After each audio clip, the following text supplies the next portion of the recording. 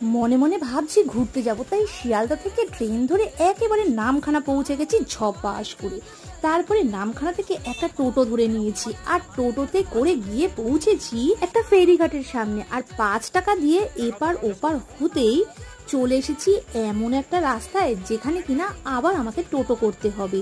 আর টোটো করে পৌঁছে গেছি একটা দুর্দান্ত এই অন্নপূর্ণা রিসর্ট। পৌঁছতেই একটা ওয়েলকাম ড্রিঙ্ক হাতে ধরিয়ে দিল, আর তারপরে জামা কাপড় ছেড়ে চলে গেলাম ডাইরেক্ট সমুদ্রের মধ্যে। একটু ফটো ক্লিক করে নাচানাচি করে নিয়ে দুপুরবেলার খাবার, আহা এই দারুণ দারুণ খাবারগুলো এখনো জাস্ট মুখে লেগে আছে। একটুখানি ঘুমিয়ে নিয়ে বিকেল বেলায় ম্যানগ্রোভ অরণ্য ঘুরে সন্ধ্যেবেলায় বনফায়ার, আর সঙ্গে নাচা গানা, দারুণ অনুষ্ঠান হয়েছিল।